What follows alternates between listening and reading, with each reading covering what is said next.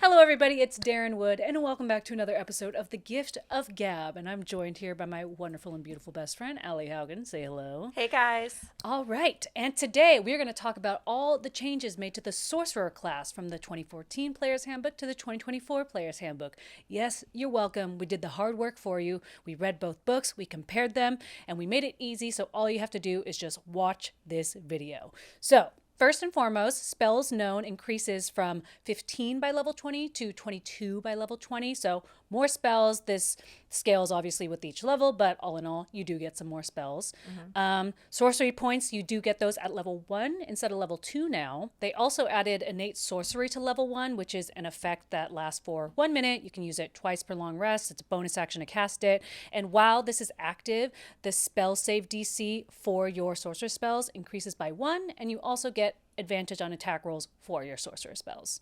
Metamagic, they beefed up a little bit, so you get 6 now instead of 3. Ooh. Also, you gain it at earlier levels, so you get it starting at level 2 opposed to level 3. You gain 2 starting right away at level 2. You gain another 2 when you get to level 10, and then you get your final 2 once you hit level 17. So you get more metamagic options, and they made some clarifications. So they kind of put an end to that quickened and twin spell fuckery. What twin? You know what I'm talking about.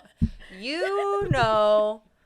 I did it too. We know because we're all guilty of it. Yeah. Hey, we're supposed to resist the double fireball? Yeah. Is that what do you mean I can't twin spell fireball? Or double cast something crazy? Yeah, you know, I okay. would like to both quickened and twin spell at the same time. Yeah, no, it was one of those things that resulted in a lot of shenanigans because of the vagueness of it. I get it. I know, because I did it too. Yeah. You know, my first time playing a sorcerer, I was like, this is so cool. Yeah, it would have been if it was allowed. Yeah, it's not. So it makes it very clear that it's not allowed. And now we'll go through the list of changes to the metamagic options and the new metamagic options that you get. Starting off with careful, it now clarifies that you take no damage if you succeed on the saving throw. So in the old player's handbook, it said the creature automatically succeeded their saving throw, but didn't clarify that if they wouldn't take no damage. So now it's saying, yes, they are also safe from your spell. Extended now gives you the option of if the spell that you're using it on requires a constitution save, you have advantage on that constitution save. Heightened now costs 2 sorcery points instead of 3. Quicken spell, like we were mentioning, clarifies that you can't cast 2 leveled spells per turn. It's cantrip and a leveled spell, which was always the rule if you were a DM or if you knew the actual mechanics. You never usually do You can't do 2 fireballs. 2 leveled magic actions. It's always been the rule, but it's like, hey, I know it says you can double your spell, but no 2 leveled spells. It's cantrip and a leveled spell. Makes it super clear, so you can't use the excuse of not knowing now. Clear, it's in print. They also added the Seeking spell, so it's a D20 reroll option. You would have to use the new reroll. They also added Transmuted, which allows you to change the damage type. We think this might have existed in another maybe subclass or supplement. I'm not exactly sure, so don't quote me on that or quote me and be like, you're wrong. But now it's official. So now it's officially in the player's handbook. There is a Transmuted metamagic option. And Twin Spell, like we mentioned earlier, they adjusted it, made it very clear. They changed it. This is a big change, actually, that it can only be used on spells that can already target additional creatures if you upcast it. I don't love this. This is like a crazy nerf. This is a crazy nerf.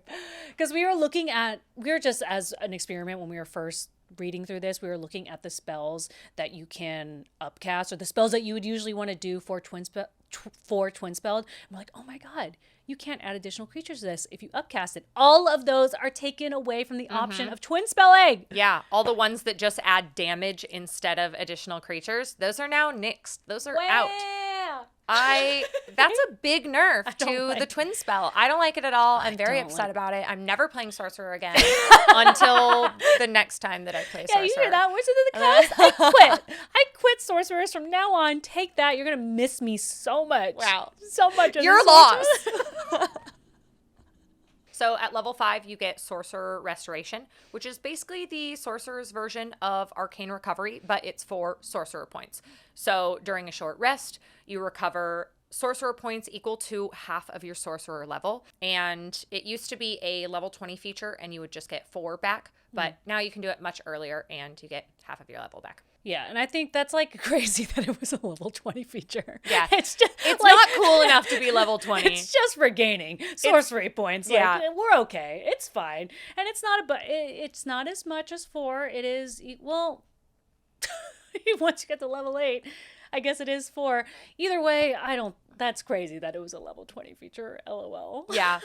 Yeah, that's for 4. I mean, I guess by the time you're level 20, those are valuable. You're doing a lot of cool stuff. True. Like that is Sorcerer's jam. Mm-hmm. So it is really cool when you're those high levels. Yeah, but I think you should be able to regain it at lower levels. Yeah. It's something we see a lot in the 2024 Player's Handbook. They do a lot of work to make sure that the feature of your class that is specific to your class, for sorcerers, it's sorcery points. For barbarians, it's their rage. For bards, it's their bardic inspiration. Whatever it is for your class, they make sure that you can do it, that your ability to do it is has better utility, you can have more creativity with it, and all around is more useful. So this is just one of those examples where it's like, you're a sorcerer, you use sorcery points. Yeah. Here are your fucking sorcery points. that's your thing. Use it more. Yeah.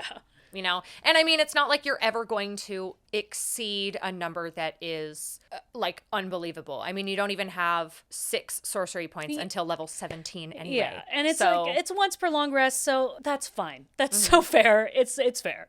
At level 7, they added Sorcery Incarnate. So if you have no uses of your innate sorcery left, that was that thing you got at level 1 that gave you advantage on sorcerer spell attack rolls and also ups your spell save DC. You can now use 2 sorcery points to use that feature again. It'll be a bonus action to cast it, but the crazy thing is, while your innate sorcery feature is active, you can cast up to 2 of your metamagic options on each spell you cast. So that's crazy. That's crazy. That is, so maybe that's their way of being like, hey, sorry, we took away your twin spell shenanigans, but you know what? You can do 2 metamagic options on each spell. And then finally at level 20, instead of the short rest thing that we mentioned earlier, now while that innate sorcery thing is active that we just went over for level 7, you can now use 1 metamagic option without using a sorcery point. So kind of a free That's good. metamagic option. That's great. That's a great use. Is 1 too dinky for level 20? Or is that fair? I feel like that's fair, right? Or not? I don't know. Should it be more? Am I greedy? Like, what's happening? I mean, I think they gave us a really big beef earlier on with that sorcerer point recovery. Yeah. And the fact that, that's still in use and scaling by the time that you're level 20. So this is good. 1 free spell. Or not spell. 1 free metamagic. 1 free metamagic option. That's great, because I guess you could pick a metamagic that costs 3 sorcery points. True. And there you go. Metamagic is kind of your jam if you're a sorcerer. But I don't know. Something greedy in me is like, give me more than 1 for free. Give me 2 for free. Yeah. I don't know. It's probably fair. Hey, shut up. It's probably fair. It's probably fair. And now going over the sorcerer subclass changes, Aberrant and Clockwork sorcery subclasses were brought over from Tasha's and made official. Everything is exactly the same, except that all the features that would have started at level 1 now start at level 3, just like everything else. And they removed the origin part of it, which makes sense. They kind of did it for all of them. Yeah. So like going into the Draconic subclass, they removed the Draconic ancestry because that's no longer a part of the sorcerer origin story. Or anyone's origins. They kind of removed species and race from a lot of the different stuff. Exactly. And it's no longer, that's not why your innate magic is from your bloodline anymore.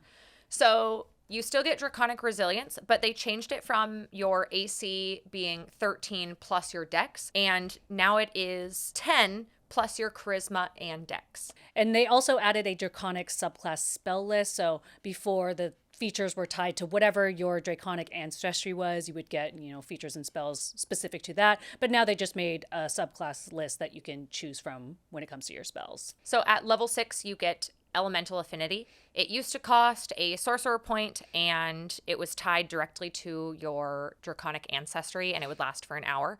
Now you pick the damage type based on the dragon you have that elemental affinity towards, and you are resistant to that type of damage, as well as you add that damage type to your damage rolls, and that is equal to your charisma modifier. At level 14, you can fly! Woo! You get dragon wings at level 14, and your fly speed is increased to 60 feet, but it only lasts for 1 hour, and you can only use this once per long rest, or you can spend 3 sorcerer points.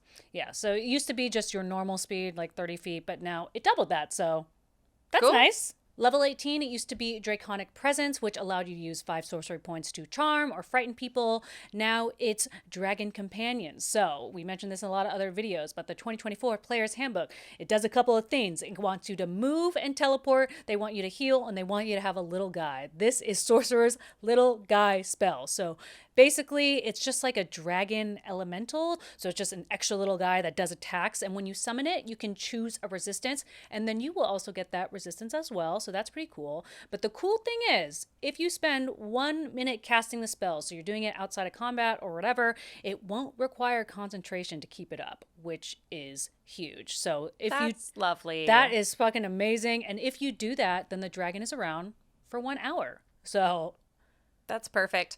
I think that's that's great. crazy. Yeah. That's a great little guy. Ritual cast that little guy right on over here. Yeah, that might be the best little guy A spell. little pet dragon. How fun. Who doesn't want a little baby dragon? Yeah, I think out of all the little guy spells, I like that one the best because not having concentration to maintain, it's for an hour. That's And it gives you resistance. yeah, that's a pretty long time too, and it attacks, dude.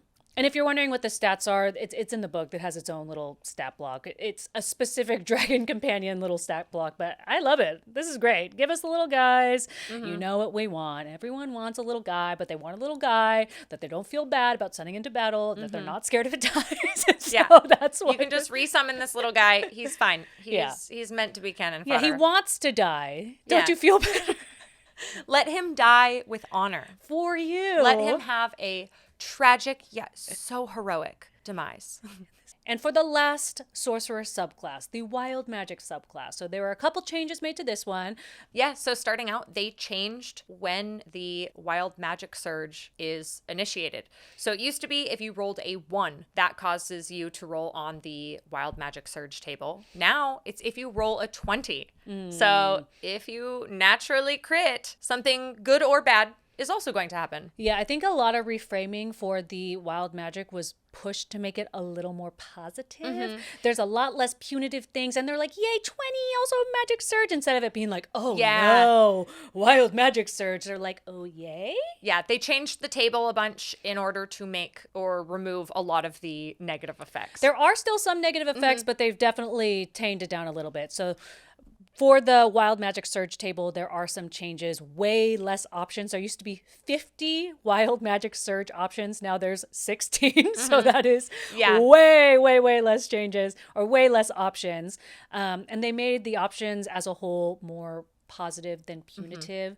There are still those random oddballs that are gonna screw you. But as Yeah, you could turn into a houseplant. yeah, but as a whole, you are more excited when you're rolling on the Wild Magic Surge table, which is I think that's good. Well, I don't know. I feel like the people who wanted to do wild magic were always like a little chaotic, and they liked the torture. They liked the pain. They liked getting punished. They're like, punish me, daddy, magic daddy. A critical failure. Let's gamble, baby. Yes. At level 6, Bend Luck now costs 1 sorcerer point instead of 2. Great. Made that a little more accessible. Cool. And the last change from the Wild Magic subclass, the level 18 spell bombardment feature was removed. It was basically just adding extra damage based on high dice rolls. It's now been changed to tame damage. So when you cast a sorcerer spell using a spell slot, clarifying using a spell slot, you can choose a feature from the Wild Magic Surge table. You can do this once per long rest. So again, encouraging you to use the Wild Magic Surge table for good and be excited. I think that's great because all the time you're always looking at the Wild Magic Surge and you're like, please, this one, please, and then you never get the one you want. So I think it's a great level 18 feature using something as chaotic as the Wild Magic Surge table and giving you a little more agency on being able to pick it at high. It feels like an appropriate level. I think that's good. It does clarify, though, that you cannot use this for the last feature on the Wild Magic search table. The last one's really beefy, though. And that, fair. Hey, Makes sense. Audience, why don't I read what you get when you roll 97 to 100 on your Wild Magic search table? So you roll a d6, and depending on what number you get, on a 1, you get 2 d10 hit points. On a 2, an ally within 300 feet gets 2 d10 hit points. On a 3, you regain your lowest level expended spell slot. 4, same thing, but for an ally. 5, you regain all of your expended sorcery points. And on a 6, all of the effects of rows 17 to 20 affect you simultaneously. We're just pretty nuts. Okay, so okay, maybe you don't get to choose that one. Yeah. Because then you're like, I choose that one and I choose the best feature. Yeah. So... Hey. Roll a 5. Well, so fair. All right. Okay. You can use your, that's fair. All right. Fine. Yeah. Too OP. That's great. You only get that when Dice Christ permits. Yeah. But yeah, when Dice Christ truly wants to bless you, then you can use the last feature on the Wild Magic search table. But other than that, getting to choose, great. I think that's a wonderful feature.